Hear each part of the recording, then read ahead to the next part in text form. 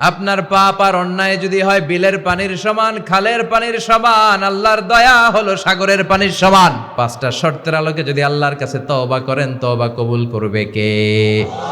রগের ভেতরে ঢুকে মাজরার দাম, রক্তের শিরা উপশিরার ভেতরে ঢুকে ঢুকে তোমার বান্দারে ধোকা দেব, একটা বান্দারেও জান্নাতে নিতে পারবা না।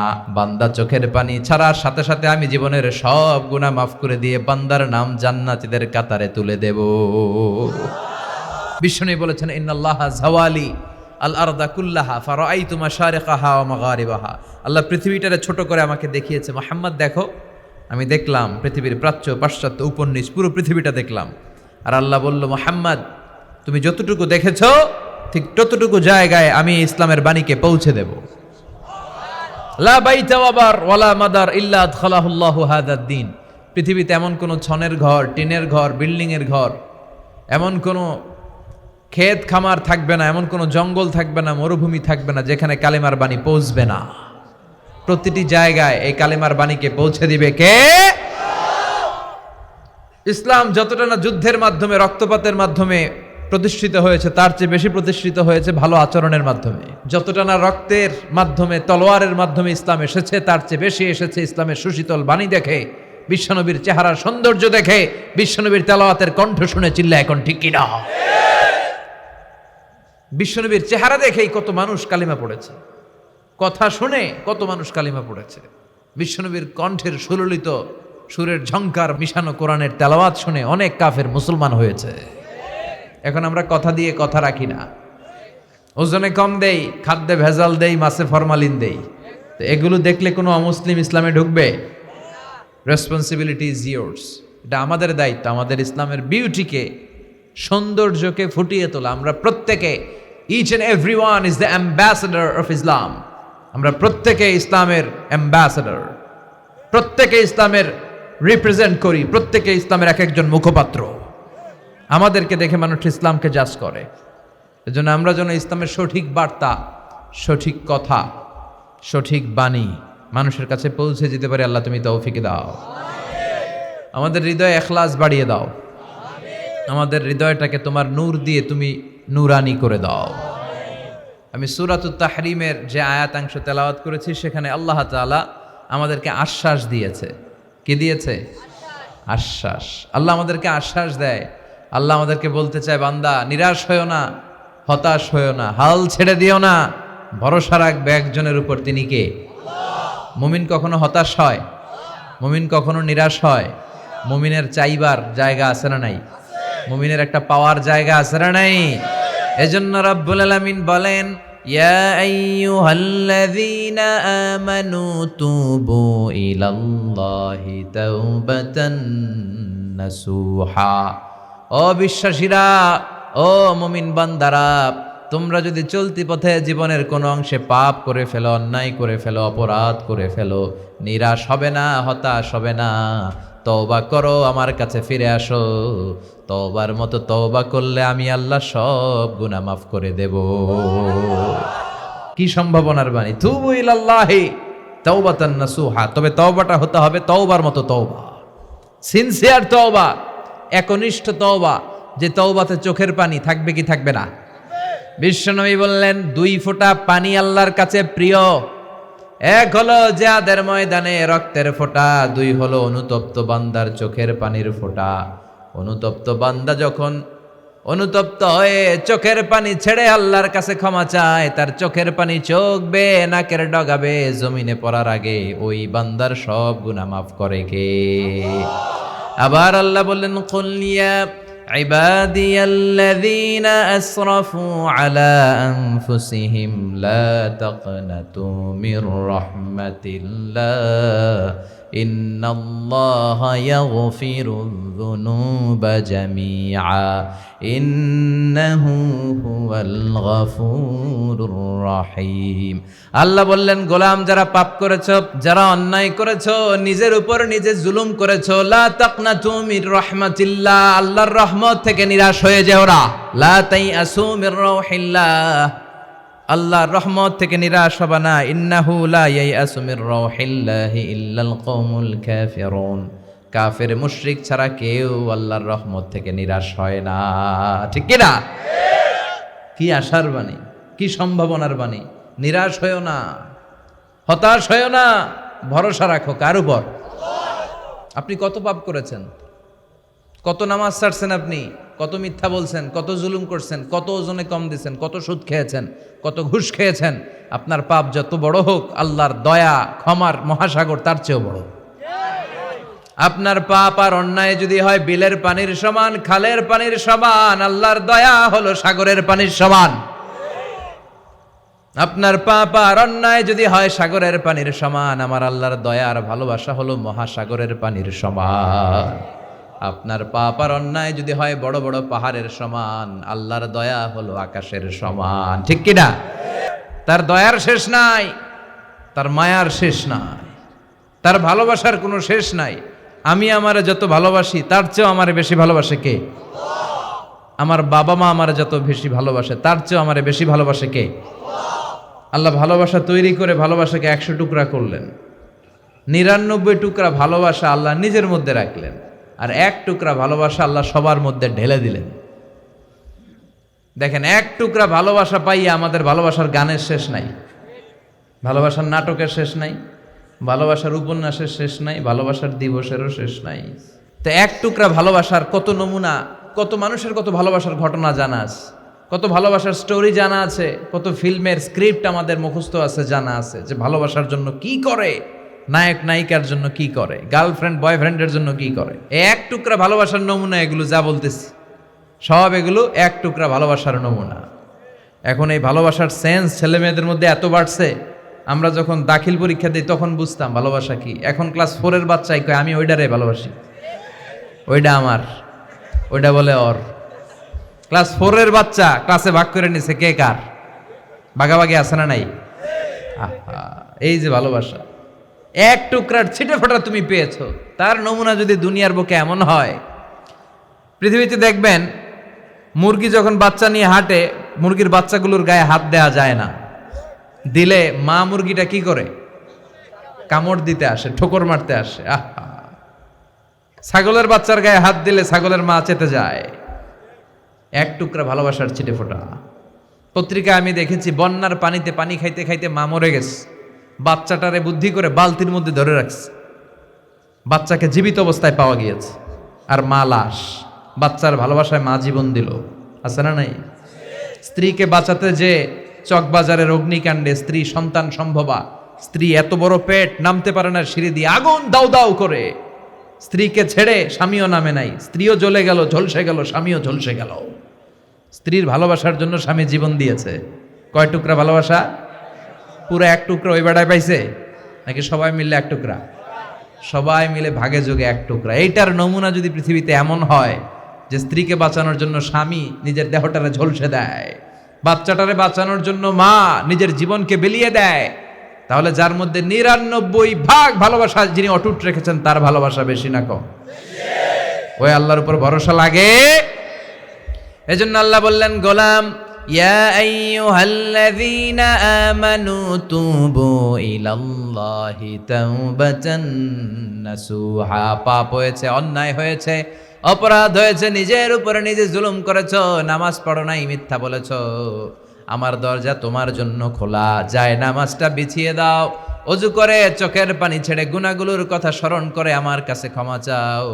ক্ষমার মতো ক্ষমা চাইলে আমি আল্লাহ জীবনের সব গুনাহ মাফ করে দিতে পারি, ঠিক কি না? আল্লাহ সব মাফ করে দিতে পারে, তবে চাওয়ার মতো চাইতে হবে। পাপ হয় নাই এমন আমরা এদিকে কেউ নাই, আছে কি? গোটা বিশ্বে একজন খুঁজে পাওয়া যাবে না, ঠিক কি না? পাপের সাগরে হাবুডুবু খাই, কেউ না জানুক আমার পাপ, আমার পাপের খবর রাখে কে?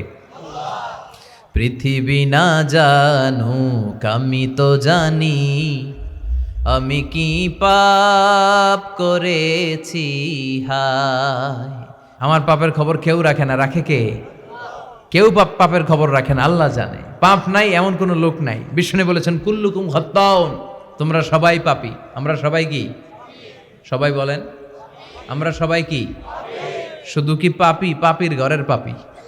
আমি পাপী, আমার বাপ পাপী, আমার দাদা পাপী, আমার 14 গোষ্ঠী পাপী। চিল্লায় বলেন ঠিক কিনা? বিষ্ণু বললেন কুল্লুকুম খাত্তাউন, সব পাপী। আর এই পাপীদের মধ্যে সব চাইতে শ্রেষ্ঠ পাপী ওই পাপী যেই পাপী পাপ করার পরে তওবা করে কার কাছে? আল্লাহ চায় পাপ করলেই যেন আমরা আল্লাহর কাছে মাফ চাই।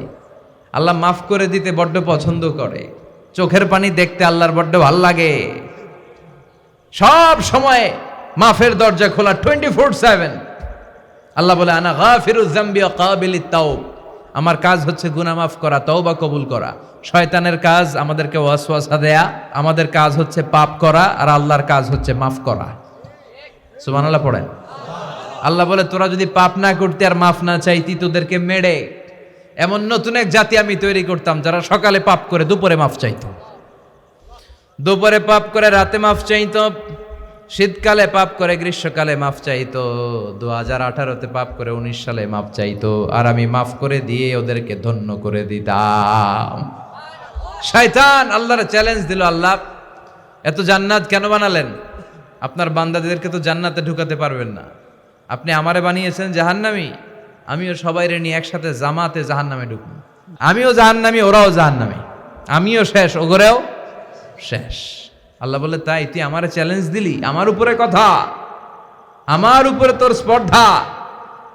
আমি তো রাজাধিরাজ, আমি সব রাজার বড় রাজা, আমার উপরে কথা চলে না, আমার উপরে কথা চলে না। তুই পাপ করাবি, ওয়াসওয়াসা দিবি, ধোঁকা দিবি, বান্দা পাপ করবে, কিন্তু যখন ক্ষমা চাইবে আমি সব মাফ করে দেব, তুই কি করবি?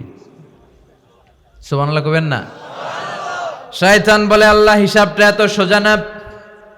লাআকউদান্না লাহুম সিরাতাকাল মুস্তাকিম, তোমার বান্দা তাফসীর মাহফিলে তাফসীর শুনতে যেতে চাইবে, মাঝ রাস্তায় ধোঁকা দিয়ে আমি গানের কনসার্টে নিয়ে যাব। জামাতে নামাজ পড়ার জন্য ঘর থেকে বেরোবে, মাঝ রাস্তায় ধোঁকা দিয়ে মদের আড্ডাখানায় নেব, পাপ করাবো, অন্যায় করাবো, গুনাহ করাবো, ওয়াসওয়াসা দিব, রগের ভেতরে ঢুকে মাজরার দাম, রক্তের শিরা উপশিরার ভেতরে ঢুকে ঢুকে তোমার বান্দারে ধোঁকা দেব, একটা বান্দারেও জান্নাতে নিতে পারবা না। আল্লাহ বললেন ইজ্জতি ওয়া জালালি ওয়া ইরতিফাই মাকানি, ও শয়তান শুনে রাখ, আমার ইজ্জতের কসম, আমার জালালিয়াতের কসম, আমার ক্ষমতার দাপটের কসম, আমার বান্দা আজীবন অন্যায় করবে, পাপ করবে, জুলুম করবে, কিন্তু একদিন তাফসীর মাহফিলে এসে নিজের পাপের কথা স্মরণ করে, আমার মহানত্বের কথা স্মরণ করে চোখের পানি ছেড়ে দিবে। বান্দা চোখের পানি ছাড়ার সাথে সাথে আমি জীবনের সব গুনাহ মাফ করে দিয়ে বান্দার নাম জান্নাতীদের কাতারে তুলে দেব।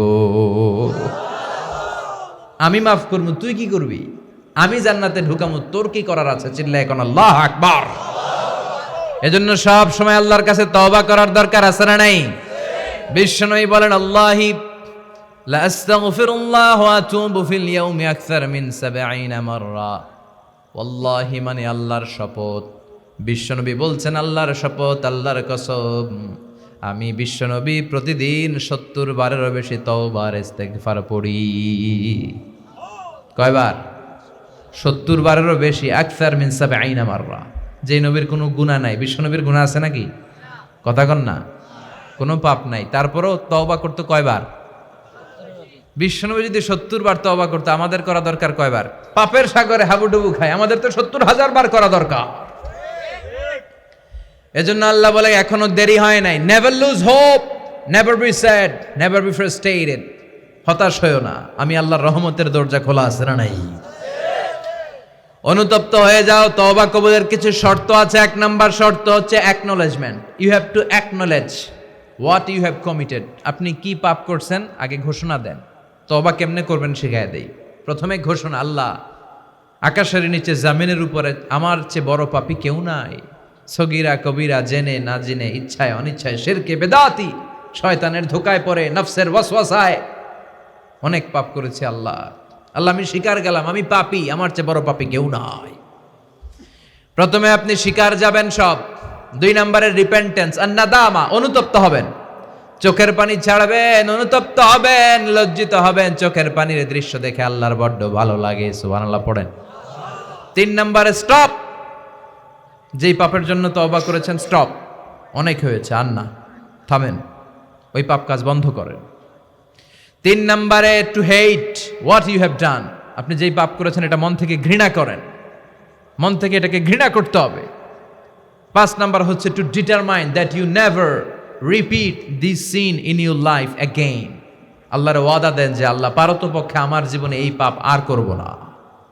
তার মানে প্রথমে আপনি স্বীকার গেলেন, 2 নম্বরে অনুতপ্ত হলেন, 3 নম্বরে পাপ কাজ বন্ধ করে দিলেন, 4 নম্বরে পাপ কাজটা মনে প্রাণে ঘৃণা করলেন, 5 নম্বরে আল্লাহর কাছে ওয়াদা দিলেন আল্লাহ আর পাপ করব না।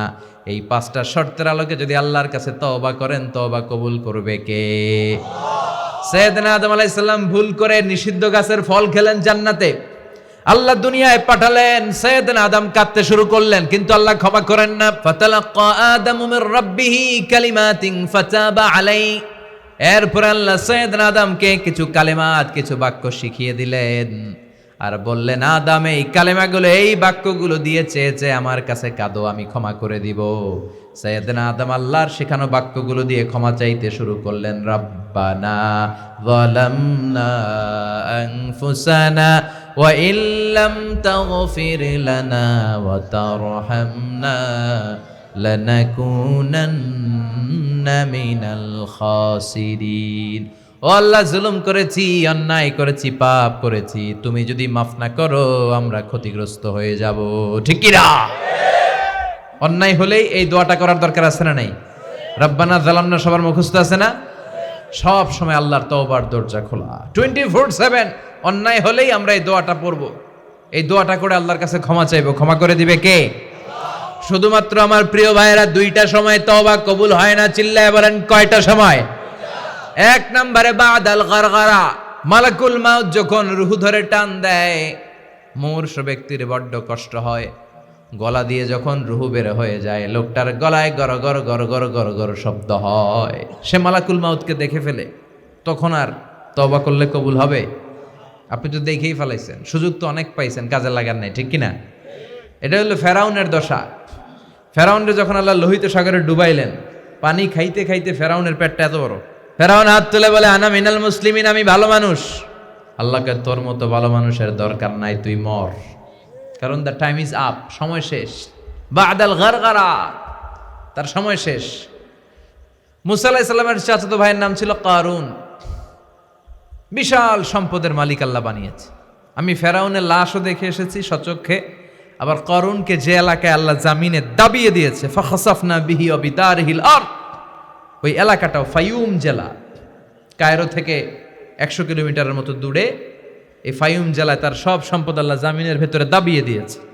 মুসা আলাইহিস সালাম বললেন, কারুন, তোর তো অনেক সম্পদ, তুই আল্লাহর রাস্তায় যাকাত দে। তুই আগে তোর হৃদয়টারে খোল, এরপরে তোর হাত খুলবে। আগে হাত খুল, তোর হৃদয় খুলবে। ঠিক কিনা? সে কয় না, আমি যাকাত দিব না, কারণ এগুলো আমার আল্লাহ দেয় নাই, এটা আমি নিজে কামাইছি। ইন্নামা উতীতুহু আলা ইলমিন ইনদি, আমার ইন্টেলেক্ট, মেধার বুদ্ধি খাটিয়ে এই সম্পদের মালিক আমি হয়েছি। মুসা আলাইহিস সালাম বললেন, তাই তাহলে আযাবের অপেক্ষা কর।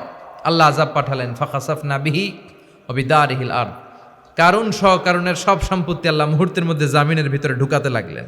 কারুনের পা ঢুকে গেল, ঢুকতে ঢুকতে হাঁটু পর্যন্ত ঢুকে গেছে জামিনের ভেতর। কারণ ভাবছে, উঠা যাব, আমারে আটকাইতে পারবে না। এরপরে কোমর পর্যন্ত গেল, কয় উঠা যাবো। এরপরে গলা পর্যন্ত, কয় মুসা, সব সম্পত্তি তোরে আর তোর আল্লাহরে দিয়ে দিলাম, আমারে বাঁচা, আমারে। ও মুসা, এতক্ষণ শুধু যাকাতের সম্পত্তি দেয় না, এখন কয় সব তোর, সব তোর আর তোর আল্লাহ, আমারে খালি তুই বাঁচা। এখন তওবা কবুল হবে? ওই যে আনা মিনাল মুসলিমিনের স্টাইল আছে না নাই? এজন্য এই গরগরানি মৃত্যুর একেবারে ফাইনাল স্টেজ আসার আগে যদি আপনি ক্ষমা চান, ক্ষমা করবে কে? 2 নাম্বার, বাদা তুলুইশ শামসি মিন মাগরিবিহা, কিয়ামতের আগ দিয়ে পূর্ব দিক থেকে সূর্য না ওঠে, পশ্চিম দিক থেকে সূর্য ওঠা শুরু করে দিবে। তখন যদি তওবা করেন, তওবা কবুল হবে নাকি? এর আগ পর্যন্ত যখনই আল্লাহর ডাক দিয়ে তওবা করেন, তওবা কবুল করে নিবে কে? আমাদের দেশে তওবা পড়ানোর জন্য মাওলানা লাগে। কি লাগে? কয় হুজুরে ডাক, ইমাম সাহেবরে ডাক, পীর সাহেব হুজুর রান তওবা পড়া আছে না নাই? হুজুর নাই তো তওবাও নাই। হুজুর এলাকায় নাই, হুজুর 3 দিন ধরে ছুটিতে আছে, কয় এখন তো তওবা পড়া যাবে না, কারণ হুজুর ছুটিতে। কত বড় ডাকায়! হ্যাঁ, হুজুরের কাছে তওবা পড়েন, পীর সাহেব হুজুরের কাছে তওবা পড়েন, ঠিক আছে, কিন্তু এটা জরুরি না। আপনি আপনার আল্লাহর কাছে ক্ষমা চাইবেন। গুনার কথা স্মরণ করে জায়নামাজটা বিছিয়ে 2 রাকাত নামাজ পড়ে ক্ষমা চান, আপনার কথা শুনে কে? কেউ যেটা শোনে না শুনে কে? কেউ যেটা দেখে না দেখে কে? কেউ যেটা দেয় না দেয় কে? এজন্য হুজুর লাগবে? ইমাম সাহেব হুজুর, মুয়াজ্জিন হুজুর, বড় হুজুর, ছোট হুজুর, পীর সাহেব হুজুর, কাউরে লাগবে? আপনার তওবা আপনি, আমার তওবা আমি। পাপ করলেই মাফ চাবো, এটার নাম তওবা। তওবা মানে to return to your Lord, আল্লাহর কাছে ফিরে আসবেন। আল্লাহর গোলাম আল্লাহর কাছে ফিরে আসবে, এরই নাম তওবা। এজন্য আল্লাহ বললেন, গোলাম তুবু ইলাল্লাহি তাওবাতান নাসুহা, একনিষ্ঠ তওবা করো, একনিষ্ঠভাবে ক্ষমা চাও। ক্ষমার মতো ক্ষমা চাইলে সব গুনাহ মাফ করে দিবে কে? প্রতিদিন আমরা তওবা করব, রাজি আছেন? প্রতিদিন ইস্তেগফার পড়ব, কয়বার? কমসে কম 70 বার চেষ্টা করব প্রতিদিন পড়ব আস্তাগফিরুল্লাহ। কি পড়ব? আরো জোরে পড়ি আস্তাগফিরুল্লাহ। বিষ্ণুই বলেন, মান লাজিমাল ইস্তিগফার, যে সব সময় ইস্তিগফারের সাথে লেগে থাকে তার 5টা সওয়াব। 1 নম্বরে জাআলাল্লাহু লাহু মিন কুল্লি দিকিন মাখরাজা, বিপদে পড়লে উদ্ধার করবে কে? ওয়া মিন কুল্লি হাম্মিন ফারাজা, তার জীবনের সব দুশ্চিন্তা দূর করে দিবে কে? তাকে টেনশন মুক্ত করবে কে? আমাদের জীবনে টেনশন আছে না নাই? টেনশন আর টেনশন। ইস্তিগফার বারবার পড়লে তোমার টেনশন থাকবে না, টেনশন মুক্ত মানুষ হয়ে যাবা। চিল্লা এখন ঠিক কি না? 3 নম্বরে ওয়ারযুকু মিন হাইসু লা ইয়াহতাসিব, এমন জায়গা থেকে রব্বুল আলামিন রিজিকের ব্যবস্থা করবে আপনি কল্পনাও করতে পারবেন না। রিজিকের মালিক কে? আল্লাহ। আমাদের খাবারের ব্যবস্থা করে কে? আল্লাহ। এই যে আমরা পানি খাই, পানির ব্যবস্থা করে কে? আল্লাহ। তার মানে সব সময় যে ব্যক্তিটা ইস্তেগফার পড়বে তার জীবনে টেনশন থাকবে না, তার জীবনে কোনো বিপদ থাকবে না, তার সব সময় রিজিকের মালিক হয়ে যাবে কে? 4 নম্বরে আল্লাহর কোনো আযাব তার উপর আসবে না, আল্লাহর কোনো আযাব তার উপর পতিত হবে। ওয়ামা কানাল্লাহু মুআযযিবাহুম ওয়া হুম ইস্তাগফিরুন,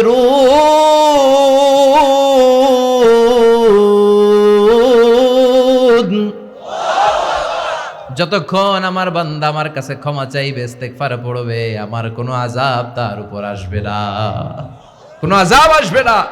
সব ধরনের আযাব থেকে আপনাকে মুক্ত রাখবে কে? 5 নম্বরে আপনারে মুস্তাজাবুদ দাওয়া বানিয়ে দিবে কে? মুস্তাজাবুদ দাওয়া মানে এমন ব্যক্তি, যে ব্যক্তি হাত তুলে দোয়া করতে দেরি হয়ে যায়, দোয়াটা কবুল হতে দেরি হয় না।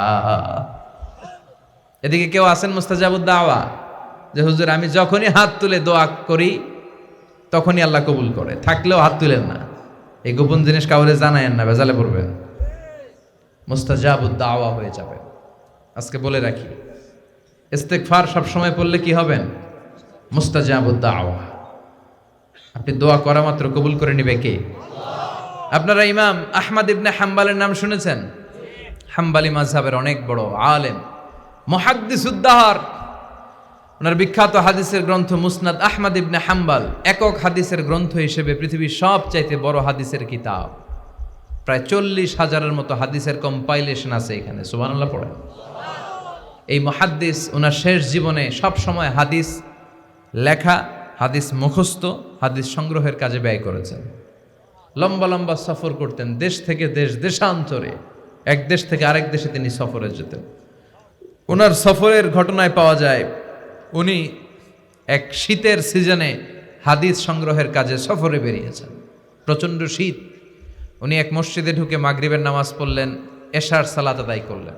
এরপরে ভাবলেন বাইরে এত শীত, যাওয়ার তো জায়গা নাই, এক কাজ করি মসজিদেই ইবাদত করে আর হাদিস পড়ে পড়ে কাটাই, ফজরের সালাত জামাতে পড়ে তারপরে বেরোবো। উনি ব্যাগ থেকে কাঁথা বের করে হাদিসের কিতাব নিয়ে পড়তে লাগলেন, কিন্তু মসজিদের দারোয়ান এসে বলে, উখরুজ মিনাল মসজিদ ইয়া শেখ, এই বুড়া মসজিদ থেকে বেরো। চিনে নাই, উনি যে এত বড় আলেমে দ্বীন মুহাদ্দিস, চিনতে পারে নাই। ইমাম আহমদ ইবনে হাম্বল বললেন, বাবা বাইরে শীত, আমি কই যাব? আমি মুসাফির মানুষ, আমি এই মসজিদে ফজরের সালাতও পড়ব, জামাতে পড়ে তারপরে বেরোবো, রাতটা আমারে থাকতে দাও। মসজিদের দারোয়ান বলে, না মসজিদে থাকা যাবে না, বের হন। ভালো কথায় বের না হইলে ঘাড় ধাক্কা দিয়ে বের করে দেব। কি আর করা, উনি ব্যাগ নিয়ে বের হয়ে গেলেন, শীতে কাঁপছেন। হাঁটতে হাঁটতে হাঁটতে হাঁটতে বাইরে দেখলেন যে একটা বাজার, ওই বাজারে এক যুবক রুটি বানায়। তিনি রুটি বিক্রেতার কাছে যেয়ে সালাম দিলেন, আসসালামু আলাইকুম। যুবক বলে, ওয়া আলাইকুম আসসালাম। আহমদ ইবনে হাম্বল বলল, বাবা, আমি তোমার রুটির দোকানের পাশে বসে রাতটা কাটাতে চাই আর তোমার এই চুলা থেকে আগুন পোহাতে চাই, যদি তুমি অনুমতি দাও। যুবক বলে, আহলান ওয়া সাহলান ওয়া মারহাবান বিক ইয়া শেখ, আসেন, বসেন, কোনো সমস্যা নাই। আপনি চুলা থেকে আগুন পোহাবেন, এতে আমার ক্ষতি কি? আলহামদুলিল্লাহ পড়েন। আহমদ ইবনে হাম্বল খুশি হয়ে গেলেন। উনি বসলেন, আগুন পোহাচ্ছেন আর দেখতে পাচ্ছেন যুবকটা বারবার পড়ছে আস্তাগফিরুল্লাহ।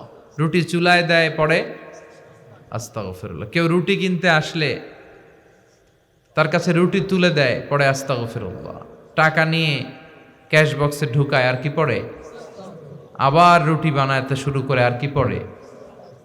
ইমাম আহমদ ইবনে হাম্বল তার এই দৃশ্যটা দেখে অবাক হলেন। তিনি প্রশ্ন করলেন, যুবক, মা লাকা ইয়া শাব দাইমান তাকরাউনা আস্তাগফিরুল্লাহ। হে যুবক, কি হলো তোমার? আসার পর থেকেই দেখতেছিস তুমি খালি পড়ো আস্তাগফিরুল্লাহ, খালি পড়ো আস্তাগফিরুল্লাহ, কেন? যুবক বলে, এই ইবাদত করে, এই ইস্তেগফারের সাথে সবসময় লেগে থাকার কারণে আমি অনেক কিছু পেয়েছি। কি পেয়েছো? সে বলতে শুরু করলো, আমি মুস্তাজাবুদ দাওয়া হয়ে গিয়েছি। মুস্তাজাবুদ দাওয়া মানে এমন লোক, যে লোক দোয়া করতে দেরি, ওই দোয়াটা কবুল হতে দেরি হয় না। ইমাম আহমদ ইবনে হাম্বল অবাক হলেন। ফাতাআজ্জাবা আহমদ ইবনে হাম্বল ওয়া ক্বাল আনতা মুস্তাজাবুদ দাওয়া। অবাক হলেন আর বললেন, বলো কি, তুমি মুস্তাজাবুদ দাওয়া? তুমি জীবনে যা দোয়া করেছো সব কবুল হয়েছে? যুবক বলে, হ্যাঁ, আমি জীবনে যত দোয়া করেছি সব দোয়া কবুল হয়েছে, একটা দোয়া ছাড়া। শুধু একটা দোয়া কবুল হয় নাই, বাকি সব দোয়া চাওয়া মাত্রই কবুল করে নিয়েছে কে? এবার আহমদ ইবনে হাম্বলের কিউরিসিটি আরো বেড়ে গেল। আহমদ ইবনে হাম্বল বললেন, বলো কি, সব দোয়া কবুল, আবার একটা দোয়া কবুল হয় নাই, এটা কোন দোয়া রে বাবা? এবার যুবক বলতে শুরু করলো, আমি আল্লাহর কাছে খুব চেয়েছি যে আল্লাহ, শুনেছি এই জামানার সবচেয়ে বড় মুহাদ্দিসের নাম নাকি আহমদ ইবনে হাম্বল। আল্লাহ, আমি মরার আগে ওনার সাথে একবার দেখা করে মরতে চাই। আমি ওনার হাতে হাত রেখে ওনার কাছে বায়াত হতে চাই, ওনার সাথে মুসাফা করতে চাই, আর ওনার কপালে একটা চুমু দিতে চাই। এই কথা শুনে ইমাম আহমদ ইবনে হাম্বল আর ধৈর্য ধারণ করতে পারলেন না, চোখের পানি ছেড়ে দিলেন। বললেন, যুবক, তোমার এই দোয়াটাও আল্লাহর কাছে কবুল হয়েছে, এই দোয়াটাও কবুল হয়েছে। আনা আহমদ ইবনে হাম্বল, আমি আহমদ ইবনে হাম্বল, মুহাদ্দিসুদ দাহর, এই জামানার সবচাইতে বড় মুহাদ্দিস। আমার সাথে দেখা করার জন্য আমার দরবারে তোমার যাওয়ার দরকার নেই, আমাকে আল্লাহ তোমার দরবারে নিয়ে এসেছে। এজন্য বারবার বারবার সব সময় যদি ইস্তেগফারের সাথে আপনি লেগে থাকেন, আপনারে মুস্তাজাবুদ দাওয়া বানিয়ে দিবে কে? গাড়ির জন্য বসে আছি, বাজারের ব্যাগ হাতে নিয়ে যাচ্ছি, অবসর সময় ঘুম আসে না, কি পড়বো? প্রাণ ভরে মন ভরে পড়েন তো আস্তাগফিরুল্লাহ, আবার পড়েন আস্তাগফিরুল্লাহ, আরো জোরে আওয়াজ করে পড়েন আস্তাগফিরুল্লাহ। ইস্তেগফার পড়ার অনেকগুলো পদ্ধতি আছে, সবচেয়ে ছোট ইস্তেগফার হচ্ছে এটা, আস্তাগফিরুল্লাহ।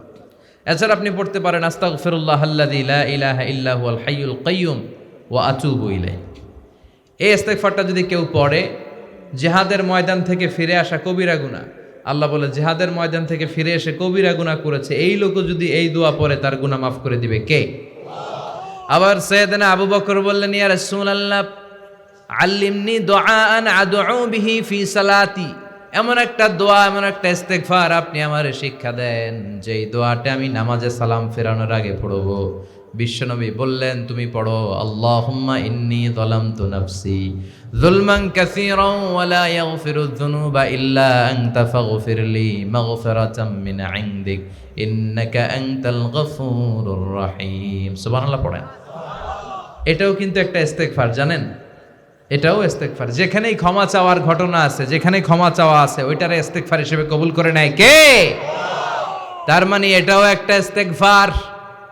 এইখানে আপনি পড়েন, আল্লাহুম্মা ইন্নী যালামতু নাফসি, আল্লাহ আমি অনেক জুলুম করেছি, যুলমান কাসীরা, এত বেশি জুলুম যার কোনো সীমা নাই, ওয়ালা ইয়াগফিরুয যুনুবা ইল্লা আনতা, আপনি ছাড়া আমার পাপগুলো মাফ করে দেওয়ার কেউ নাই। ফাগফিরলি মাগফিরাতাম মিন ইনদিক, নিজ গুণে আমারে ক্ষমা করে দেন। ইন্নাকা আনতাল গফুরুর রহিম, আপনি ক্ষমাশীল, আপনি মেহেরবান। ঠিক কি না? এটারে আমরা বাংলাদেশে কি বলি? দোয়ায়ে মাসুরা। কি বলি? এটা যেমনি দোয়ায়ে মাসুরা, আবার এটা একটা ইস্তেগফারও। এজন্য ক্ষমা চাইতে চাইলে এটাও পড়বেন। আর এই সব ইস্তেগফারের মধ্যে শ্রেষ্ঠ ইস্তেগফারের নাম সাইয়্যিদুল ইস্তেগফার। এটা হচ্ছে সর্বশ্রেষ্ঠ ইস্তেগফার। এই ইস্তেগফারটা কেউ যদি রাতে পড়ে, ওই রাতে মৃত্যু হলে সে জান্নাতি। এই ইস্তেগফারটা যদি কেউ দিনে পড়ে, ওই দিনে মৃত্যু হলে সে জান্নাতি। এটার নাম সাইয়্যিদুল ইস্তেগফার। আল্লাহুম্মা আনতা রাব্বি লা ইলাহা ইল্লা আনতা খালাকতানি ওয়া আনা আবদুক ওয়া আনা আলা আহদিকা ওয়া ওয়া'দিকা মাস্তাতা'তু আউযু বিকা মিন শাররি মা সানা'তু আবু'ু লাকা বিনি'মাতিকা আলাইয়া ওয়া আবু'ু বিযামবি ফাগফিরলি ফাইন্নাহু লা ইয়াগফিরুয যুনুবা ইল্লা আনতা। সুবহানাল্লাহ পড়েন। এটা মুখস্থ করতে রাজি আছেন? যাদের মুখস্থ নাই, স্মার্টফোন ব্যবহার করেন না আপনারা? ওখানে গুগলে সার্চ বক্সে খালি লিখবেন সাইয়্যিদুল ইস্তেগফার, সাথে সাথেই চলে আসবে। মুখস্থ করতে রাজি আছেন সবাই? সবাই রাজি? এগুলো হচ্ছে চুম্বক আমল। এই আমলগুলো কখনো ছাড়া যাবে না। ফরজ সালাতের পরে আমরা মুনাজাত দেওয়ার জন্য পাগল হয়ে যাই, কিন্তু বিশ্বনবী তাসবিহ পড়ার জন্য পাগল হয়ে যেতেন। আমরা ফরজ সালাতের পর আল্লাহুম্মা আমিন ইয়া আরহামার রাহিমিন আছে না নাই? বিশ্বনবী এগুলো করতেন না। মুনাজাত দেওয়া জায়েজ আছে, কিন্তু বিশ্বনবী যেটা করতেন ওটা হচ্ছে তাসবিহ পড়তেন। কি পড়তেন? সালাম ফেরানোর পরে বিশ্বনবী পড়তেন আস্তাগফিরুল্লাহ 3 বার। কয়বার? চিল্লায় বলেন। 3 বার আস্তাগফিরুল্লাহ পড়তেন। 33 বার সুবহানাল্লাহ, 33 বার আলহামদুলিল্লাহ, 34 বার আল্লাহু আকবার। এগুলো পড়ে না। ফরজ সালাতের পরে আয়াতুল কুরসি মুখস্থ আছে না? বিশ্বনবী বললেন মান ক্বারা আয়াতুল কুরসি দুবুরা কুল্লি সালাতিন মাকতুবাতিন লাম ইয়ামনাহু মিন দুখুলিল জান্নাতি ইল্লাল মাউত। প্রত্যেক ফরজ সালাতের পরে যে ব্যক্তি একবার আয়াতুল কুরসি পড়বে, তার জান্নাতে ঢোকার ক্ষেত্রে আর কোনো বাধা থাকে না, একটি জিনিস ছাড়া, সেটা হলো মরণ। সেটা কি? লোকটা মরে না তাই জান্নাতে যায় না, মরলেই জান্নাতি। পড়বেন সবাই নাকি আল্লাহুম্মা আমিন? হ্যাঁ, কি পড়বেন? আয়াতুল কুরসি। রাজি আছেন? ফরজ সালাতের পরে তাসবিহগুলো পড়ার দরকার আছে না নাই? বিশ্বনবী বলেন বেশি বেশি তওবা করো, ইস্তেগফার পড়ো, আর জিহ্বাটারে জিকির দিয়ে ভিজিয়ে রাখো। লা ইয়াজালু লিসানুকা রাতবান মিন যিকরিল্লাহ, আল্লাহর জিকির ছাড়া একটা মুহূর্ত যেন না কাটে। ঠিক কি না? আবার আল্লাহ বললেন ওয়াজকুর রাব্বাকা ফি নাফসিকা তাদাররুআ ওয়া খীফা দুনাল জাহরি বিল কওলি বিল গুদুই ওয়াল আসাল ওয়ালা তাকুম মিনাল গাফিলিন। ওয়াজকুর রাব্বাকা ফি নাফসিক, আল্লাহর জিকির করো মনে মনে, চিল্লা ফাল্লা করে নয়। আমাদের দেশে চিল্লা ফাল্লার জিকির আছে না নাই? হেই হই লাফালাফি করে জিকির করা যাবে? মাথায় এদিকে ধুলানো যাবে? হেই হো আছে না নাই? আচ্ছা, ডিজে স্টাইলে জিকির করা যাবে? নতুন নতুন মারলে হইব? হ্যাঁ না, খবরদার। তাদাররুআ ওয়া খাইফা, গোপনে বিনয়ের সাথে। আমরা মাঝে মাঝে জিকির করাই একসাথে আওয়াজ করে, এটা তালিমান জায়েজ। এটা কি তালিম দিচ্ছি যে এই জন্য জায়েজ, কারণ অনেকে লা ইলাহার শুদ্ধ উচ্চারণ জানে না। এটা আমি শিখানোর উদ্দেশ্যে তালিম দিচ্ছি, জায়েজ। কিন্তু সাধারণত জিকির আওয়াজ করে নয়, চিৎকার চেঁচামেচি করে নয়, গোপনে একা একা। আমাদের দেশে জিকির করতে করতে লাফায় উপরে উঠা যায়, বাসের উপরে। আচ্ছা, আবার যিনি জিকির করে হ্যার কান্দের উপরে ওঠে। বিশ্বনবীর কোন জিকিরের মজলিসে বিশ্বনবী তাসবিহ পড়ছেন, জিকির করছেন, সাহাবারা জিকির করতে করতে খেজুর গাছের উপরে, হাদিসে পাওয়া যায়। অথবা বিশ্বনবী জিকির করছেন, তাসবিহ পড়ছেন, সাহাবারা লাফাতে লাফাতে বিশ্বনবীর কান্দের উপরে। কোন হাদিসে আছে? তাহলে এইভাবে জিকির করা যাবে? এজন্য আল্লাহ বললেন ওয়াজকুর রাব্বাকা ফি নাফসিকা তাদাররুআ ওয়া খীফা, আল্লাহরে ডাকো, বিনয়ের সাথে ডাকো, গোপন ভাবে ডাকো, লাফালাফি করে নয়। দুনাল জাহরি বিল কওল, চিৎকার চেঁচামেচি করে নয়, বিনয়ের সাথে জিকির করতে বলেছে কে? ফাযকুরুনি আযকুরকুম ওয়াশকুরুলি ওয়ালা তাকফুরুন, আমার জিকির করো, আমিও তোমাদের জিকির করব। ঠিক কি না? আল্লাহ বলে ফাইন যাকারানি ফি নাফসি যাকারতুহু ফি নাফসি। খেয়াল করে শুনেন, আমার বান্দা যদি একা একা আমারে ডাকে, আমি একা একা তার স্মরণ করি। ওয়া ইন যাকারানি ফি মালাইন যাকারতুহু ফি মালাইন খায়রিম মিনহু। আর বান্দা যদি মহাসমাবেশে অনেক লোক নিয়ে আমি আল্লাহর জিকির করে আমাকে স্মরণ করে, আমি এর চাইতেও শ্রেষ্ঠ একটা মহাসমাবেশ ফেরেশতাদেরকে নিয়ে করে তারপরে বান্দারে স্মরণ করি। আমার বান্দা যদি আমার দিকে 1 বিঘত আসতে চায়, আমি আমার বান্দার দিকে 1 হাত চলে যাই। বান্দা যদি 1 হাত আমার দিকে আসতে চায়, আমি আমার বান্দার দিকে 2 হাত চলে যাই। ওয়া ইন আতানি ইয়ামশি ইয়াতাইতুহু হারওয়ালা। বান্দা যদি আমার দিকে হেঁটে হেঁটে আসতে চায়, আমি আমার বান্দার দিকে দৌড়ে দৌড়ে যাই। কি আল্লাহ আমরা পাইছি, আমরা হেঁটে আসতে চাইলে উনি দৌড়ে আসে, আমরা 1 বিঘত আসলে উনি 1 হাত আসে। আল্লাহু আকবার। এজন্য বিষ্ণু বললেন, খবরদার জিকির দিয়ে জিহ্বাটারে ভিজিয়ে রাখো। সবচাইতে শ্রেষ্ঠ জিকির হচ্ছে লা ইলাহা লা ইলাহা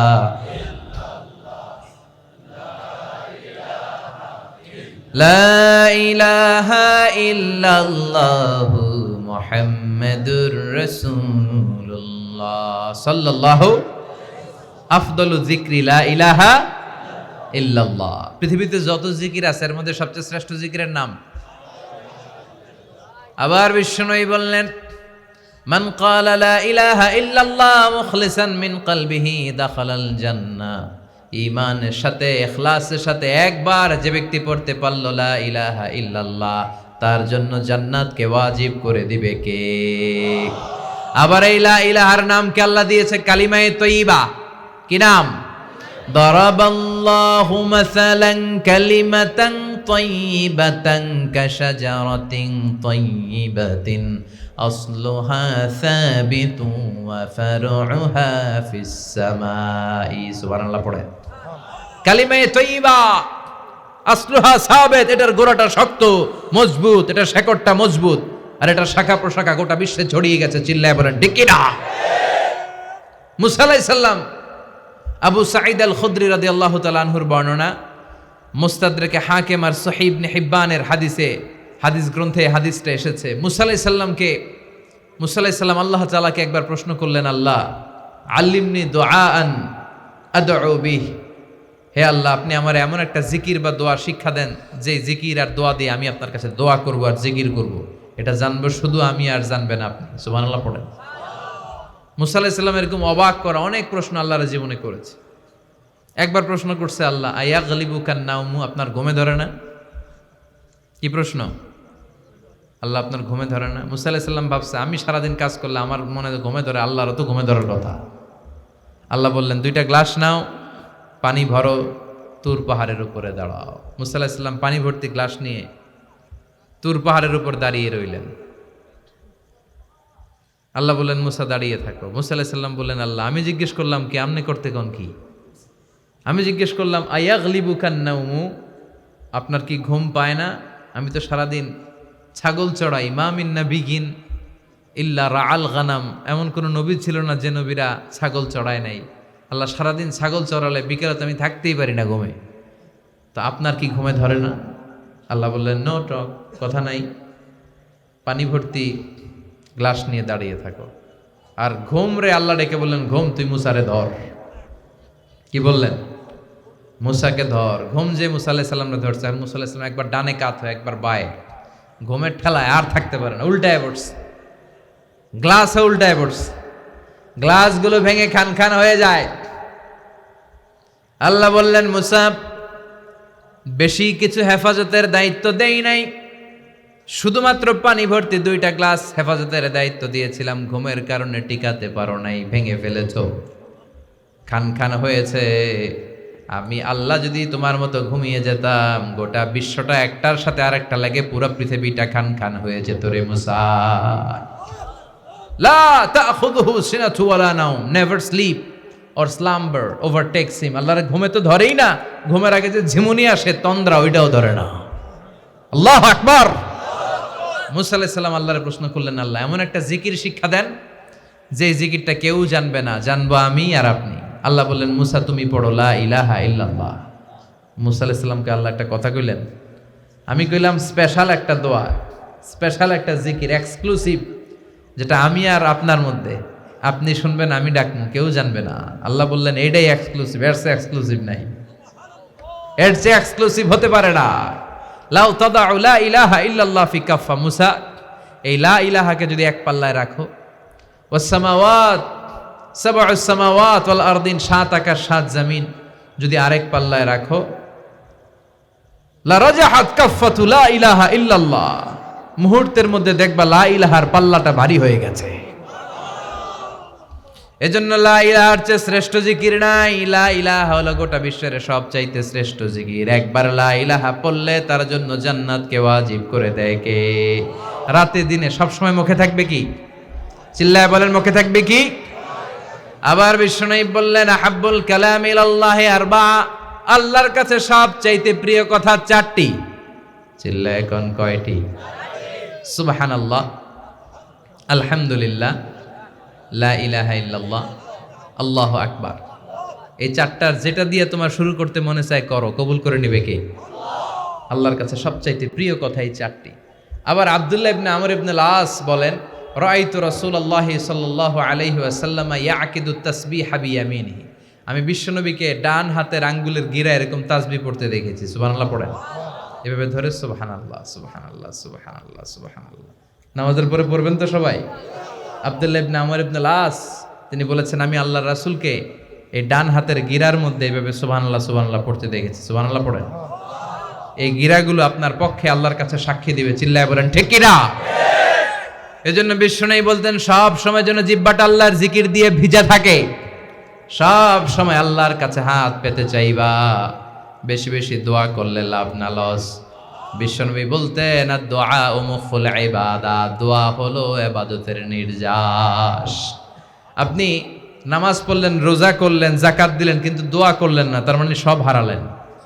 দোয়ার দরকার আছে না নাই? আরেক বর্ণনায় বিশ্বনবী বললেন দোয়া হুয়াল ইবাদা, দোয়াটাই ইবাদত। সুবহানাল্লাহ কইবেন না? দোয়াটাই কি? সব করলেন, দোয়া করেন নাই, তার মানে কিচ্ছু করেন নাই। চিল্লায় এখন ঠিক কি না? আর দোয়া ও সিলাহুল মুমিন, দোয়া হচ্ছে মুমিনের অস্ত্র। দোয়া সাপ্লিকেশন is the weapons of believers. যেখানে সব কিছুর দৌরাত্ম্য শেষ, ওইখানে দোয়ার কারিশমা শুরু। সুবহানাল্লাহ পড়েন। এরকম অনেক দুরারোগ্য ব্যাধিতে আক্রান্ত রোগীর কথা আমি জানি। ডাক্তার বলছে 3 মাস বাঁচবেন সর্বোচ্চ। কয় মাস? 3 মাস। এরপরে লোকটা 7 বছর বেঁচে ছিল, আমি দেখেছি। কয় বছর? কেমনে বাঁচলো? দোয়ার বরকত। সুবহানাল্লাহ পড়েন। তার মানে সব ডাক্তারের, সব কবিরাজের ডাক্তারি আর কবিরাজি যেখানে শেষ, দোয়ার কবিরাজি আর ডাক্তারি ওইখানে শুরু। সুবহানাল্লাহ পড়েন।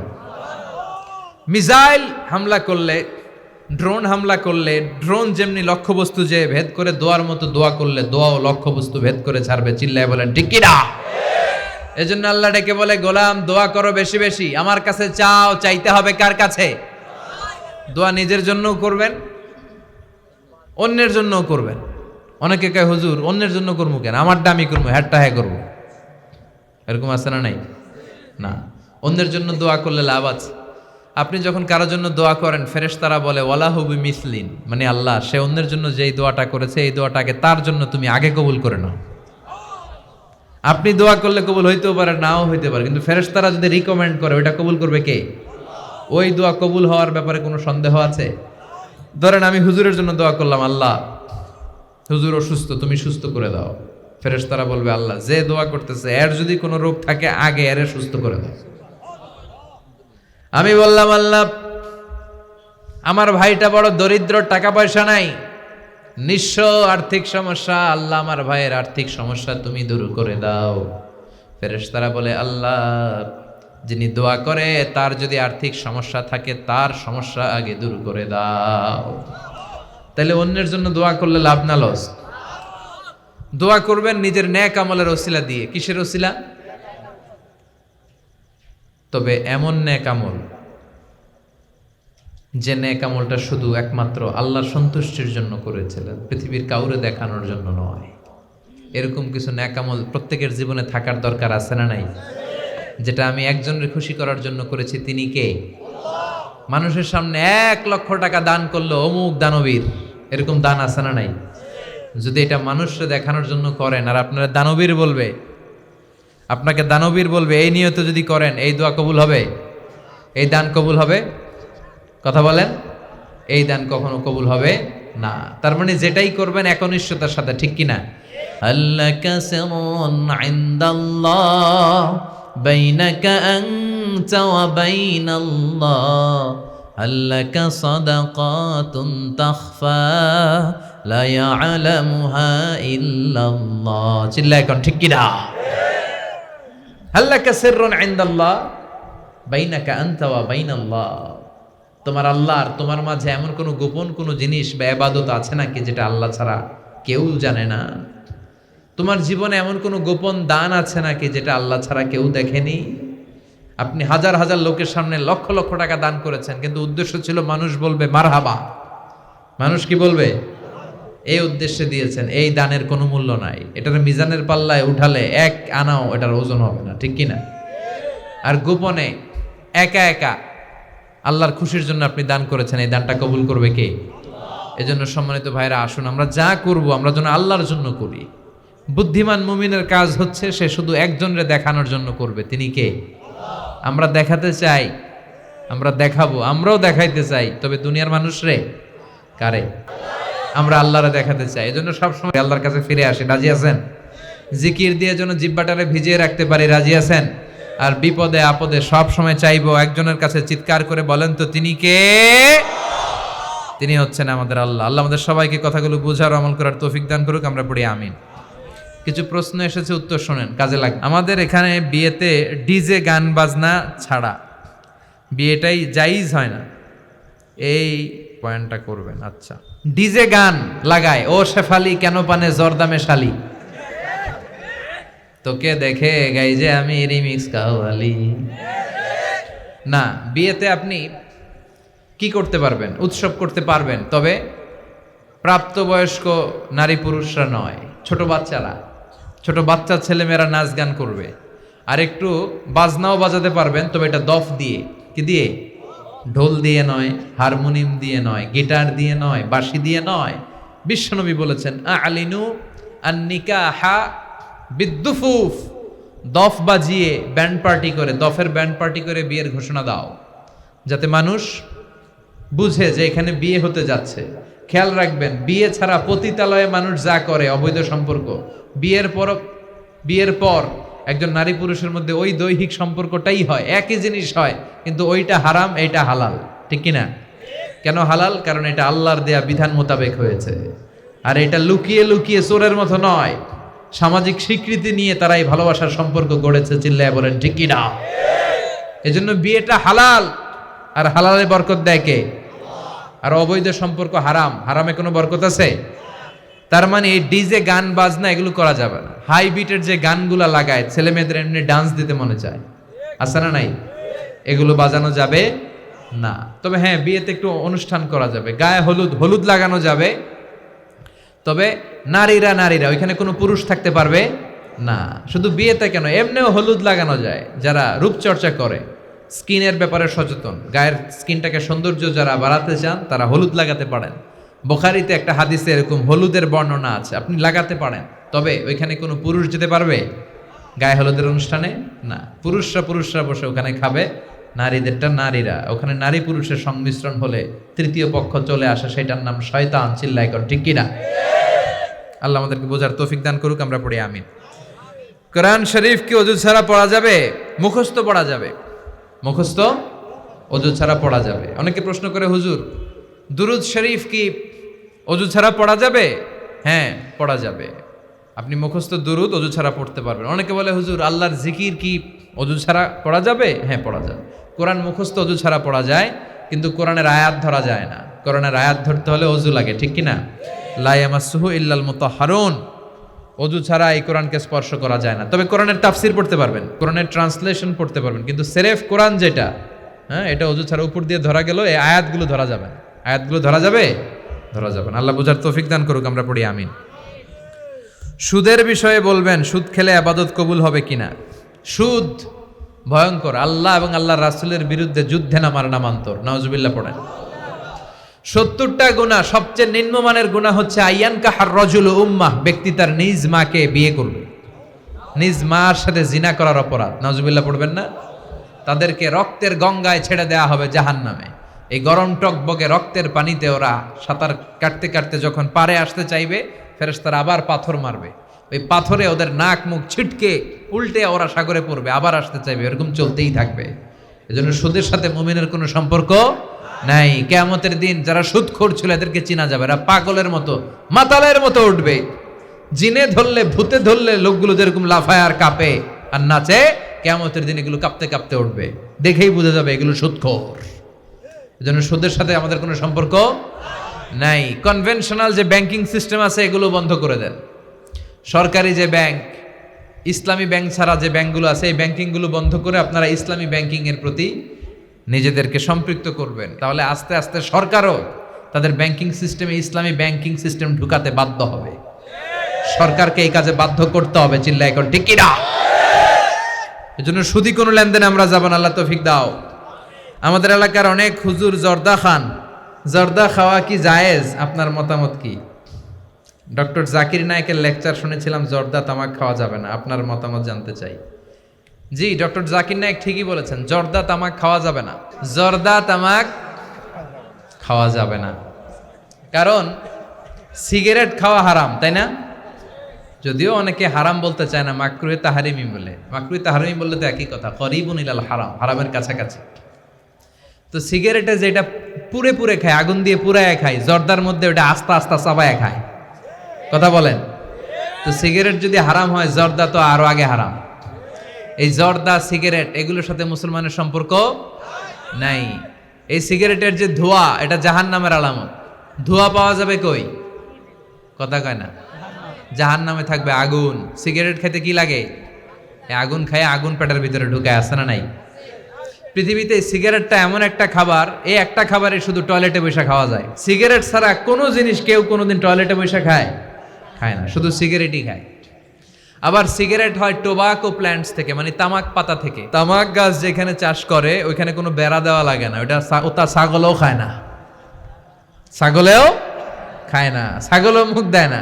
তো যেটা ছাগলে খায় না ওইটা আশরাফুল মাখলুকাত খেতে পারে? কথা বলেন। আচ্ছা, পৃথিবীর এইটাই একমাত্র পণ্য যে পণ্যের গায়ে এই পণ্যের বদনাম আর দুর্নাম লেখা থাকে। এটার গায়ে লেখা থাকে স্মোকিং কজেস ক্যান্সার, ধূমপান কর্কট রোগের কারণ, ধূমপান করলে ক্যান্সার রোগ হয়, আছে না নাই? আচ্ছা, কোন চকলেটের গায়ে যদি লেখা থাকে এই চকলেট খাওয়া মাত্রই ডায়রিয়া হয়, খাইবেন? কমু তোরটা তুই খা, তোর ডায়রিয়া হোক। কথা বলেন। কেউ খাবো না, কারণ এইটার বদনাম লেখা এটার গায়ে, খামু কেন? কিন্তু সিগারেটের মধ্যে বদনাম লেখা থাকা সত্ত্বেও মানুষ ধোয়া করে খায়, আর জর্দার মধ্যে এটা আস্তা খায়। এই জন্য সিগারেটও খাওয়া যাবে না, জর্দাও খাওয়া যাবে। কোনো আলিম যদি খান এটা ঠিক না, ওই ভাইকে বলবো আপনি ছেড়ে দেন, আস্তে আস্তে অভ্যাস করেন, পারবেন। একবারে ছাড়া যায় না। কথা বলেন।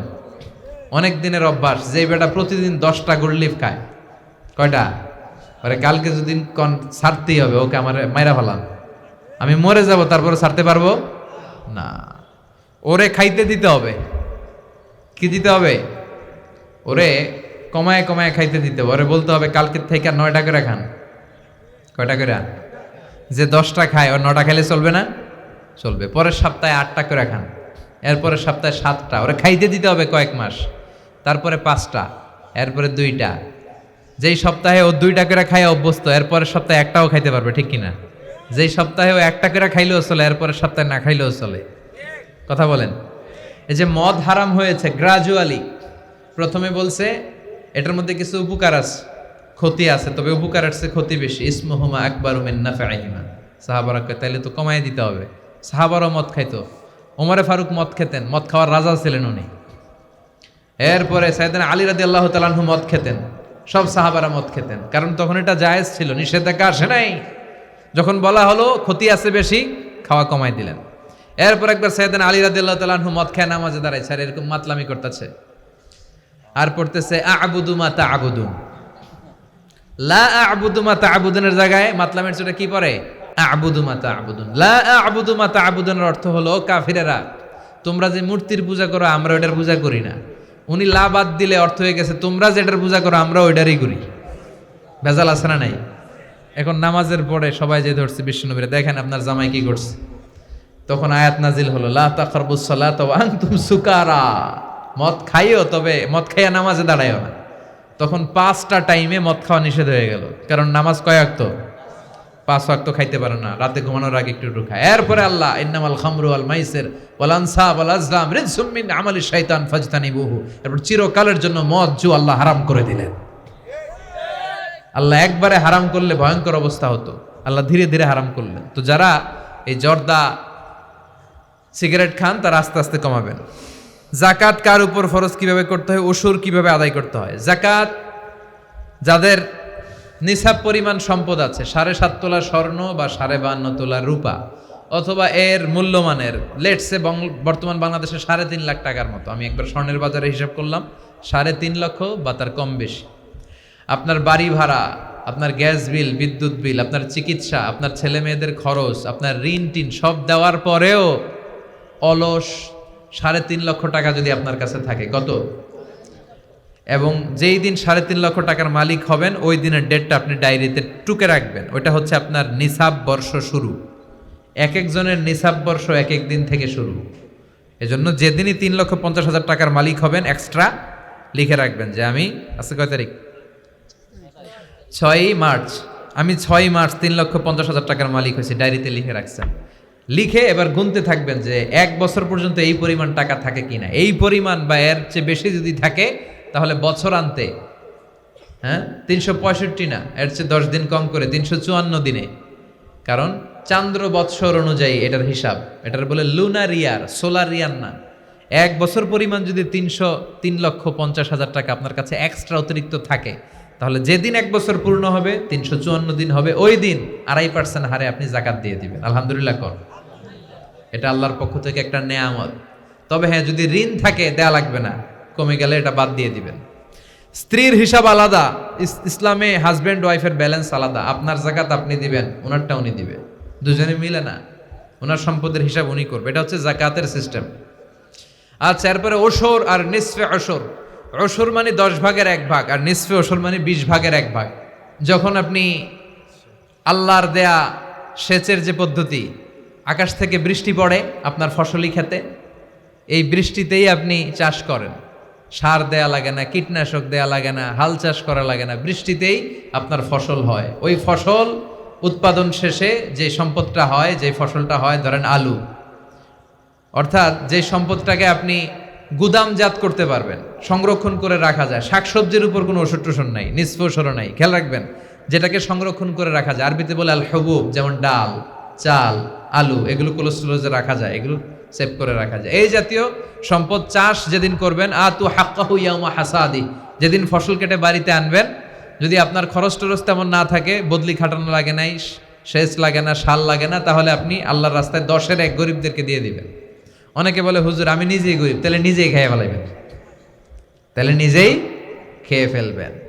আর যদি এমন হয় যে না, আমার বদলি খাটাতে হয়, আমার সার দিতে হয়, আমার কীটনাশক দিতে হয়, আমার পানি সেচে টাকা লাগে, তাহলে 10-এর 1 না, 20-এর 1 আল্লাহ সহজ করে দিলেন। যেদিন ফসল কাটবেন 20-এর 1 গরিবদেরকে দিয়ে দিবেন, আর আপনি নিজে গরিব থাকলে নিজেই খেয়ে ফেলাইবেন। আল্লাহ আমাদের সবাইকে কথাগুলো বোঝার ও আমল করার তৌফিক দান করুন। ইসলামিক লাইফ, জীবন গড়ুন কোরআন সুন্নাহর আলোকে।